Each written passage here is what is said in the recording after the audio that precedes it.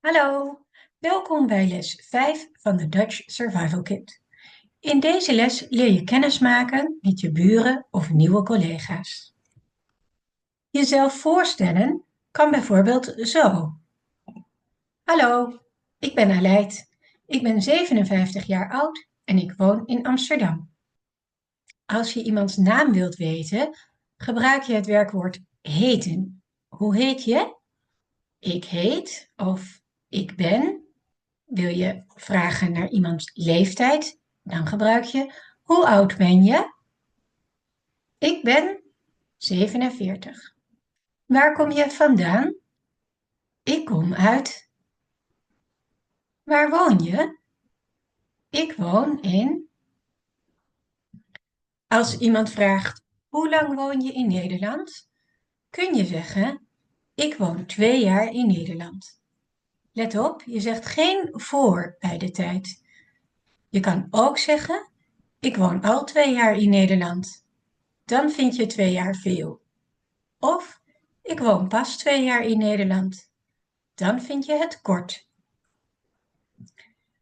Als je iemand leert kennen, praat je vaak over je familie of relatie. Dat kan bijvoorbeeld zo. Ik ben getrouwd en ik heb 2 kinderen. Een dochter van 15 en een zoon van 13.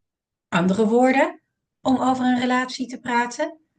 Ik heb een relatie. Ik heb geen relatie. Ik ben single of vrijgezel. Ik ben getrouwd. Ik heb een broer en een zus. Op de website vind je nog veel meer woorden en zinnen over familie. Ik ben docent. Ik werk 10 jaar als docent. Ik werk bij AV Taaltraining. Bij je baan zeg je ik ben en dan de functie. Je zegt niet een. Dus niet ik ben een docent, maar ik ben docent. Waar werk je?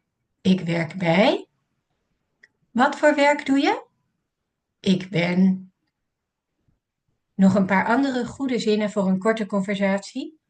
En jij is en you. En ik ook betekent me too. Dat was les 5. Je kunt nu oefeningen maken op de website of naar de video van les 6 kijken. Doei!